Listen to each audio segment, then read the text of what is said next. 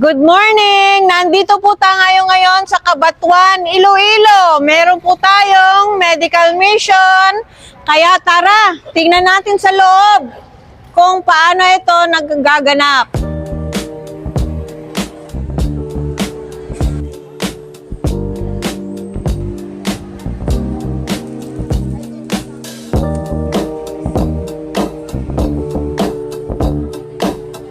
Dito may mga blockages din pa sa part dito sa cervical na yan.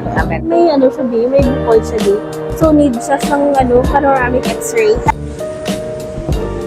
Ito po ang table. Pagdating ng ating pasyente, dadating dito para mag-register, para malaman natin kung ilan ang ating isi-serve.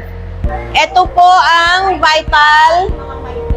vital signs. Okay?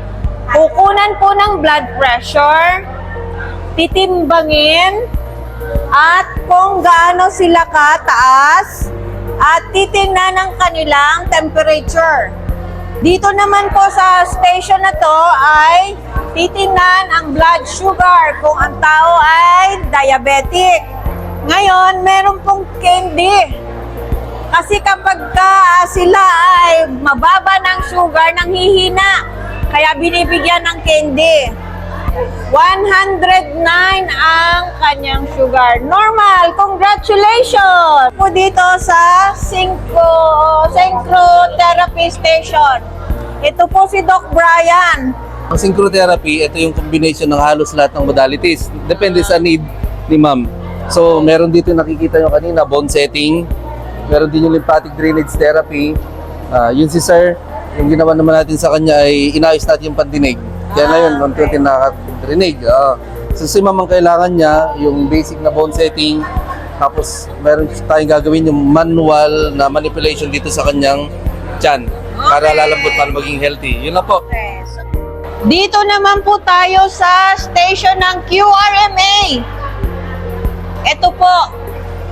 QRMA is Magnetic Resonance Machine Analyzer.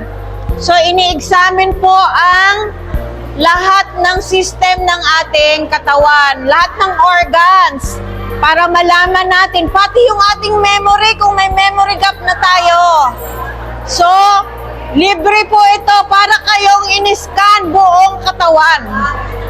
At merong report ito, at doon sa report, merong advice kung ikaw ay wala kang itatago dito dahil kung may stress ka, nire-report niya. Kung mataas ang sugar mo, sinasabi din niya. At kung naninigarilyo kang patago, ay nakikita niya. Meron din po kami dito nangyari na ang tao nagda-drugs. Dumaan siya dyan, lumabas. Ito, dadalhin po nila yung report dito sa doktor. At babasahin po ng doktor, i-explain sa kanila.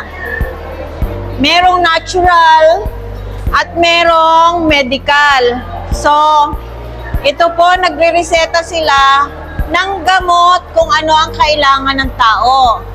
So, pagkatapos po niyan, pupunta tayo doon sa isang station. Ito po ang dental station. Ito po yung ating mga dentist. Dito po nagbubunot ng libre. Pero, nabunutan po nila lahat ng mga ngipin, kaya nawala ng mga tao. Libre po yan. Then, pupunta po tayo dito sa pharmacy station. Pagkatapos po marisitahan ang isang pasyente, pupunta po siya dito para sa libreng gamot. Ito po. Ito po yung ating may mga gamot tayo para sa mga bata at sa mga matatanda. Ito po ang station ng optical. Optical station. Ayan. Ito po ang ating doktora, si Doc Cora, ang assistant po. Libre po, sinusukat. Dito po, hindi basta-basta binibigyan ng salamin. Talagang dumadaan po sa sukat. Dahil po, pinagbabawal ng ng government na magbibigay lamang ng libreng salamin dahil baka masira yung grado dahil mali. So, kailangan talagang doktor. So, ito po yan ngayon. Ito. To all the doctors, nurses, pharmacists, dentists, and to all members of the team, thank you very much. To all of you for choosing the Hospital of Cabatuan as your venue for your medical and dental mission and all the medical mission activities. Cosa directo